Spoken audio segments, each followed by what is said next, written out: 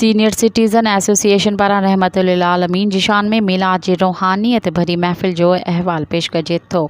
Report मंसूर कालरो।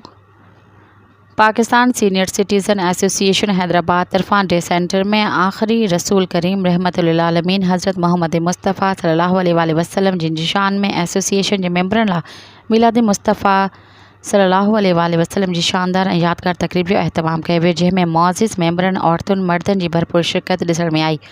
भलारी महफ़िल जो आगाज़ अल्लाह साईं जे पाक कलाम सां कयो वियो। एसोसिएशन जे नायब सदर प्रोफेसर डॉक्टर सैयद फरमान अली शाह तिलावत फरमाए महफ़िल खे रूहानियत बख़्शी।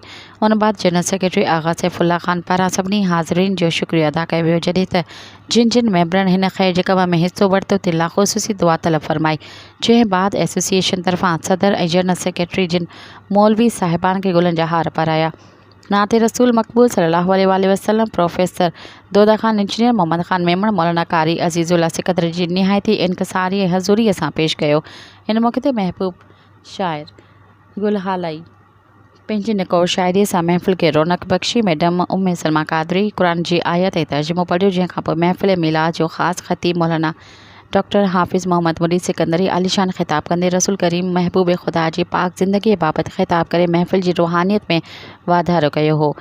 हिन मिलाद नबी सल्लल्लाहु अलैहि वसल्लम जी यादगार तकरीब में सदर दरिया ख़ान बलोच, करम अली रिंद, मीर मुअज़्ज़म अली, हाजी शफ़ी मोहम्मद ख़ान पिताफ़ी, यूनिस कायम ख़ानी, टंडवाला यार अब्दुल अज़ीज़ बुरगड़ी, एडवोकेट अकबर बिरोही, लेखिका आपा नज़ीर नाज़, अधी कस्बानो दर्स, अधी नीलोफर भुट्टो, आपा रशीदा कुरैशी ऐं ॿियनि केतिरनि माण्हुनि मानवारनि मेंबरनि जी शिरकत ऐं दुरूद सलाम सां हाल में रूहानी रौनकुनि जो रोशनियूं झिरकण लॻियूं।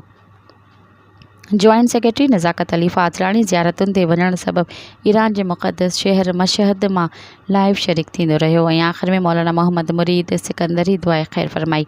शरीक महिमाननि जे मंझंदि जी मानीअ सां ख़ातिर तवाज़ा कंदे ख़ैर ख़ूबीअ सां महफ़िल जी पुॼाणी कई वई। हिन बरकतुनि भरी महफ़िल जे स्टेज सेक्रेटरी मोहतरम डॉक्टर रफ़ीक कुरैशी पंहिंजा फ़र्ज़ बहितरीन अंदाज़ सां निभाया।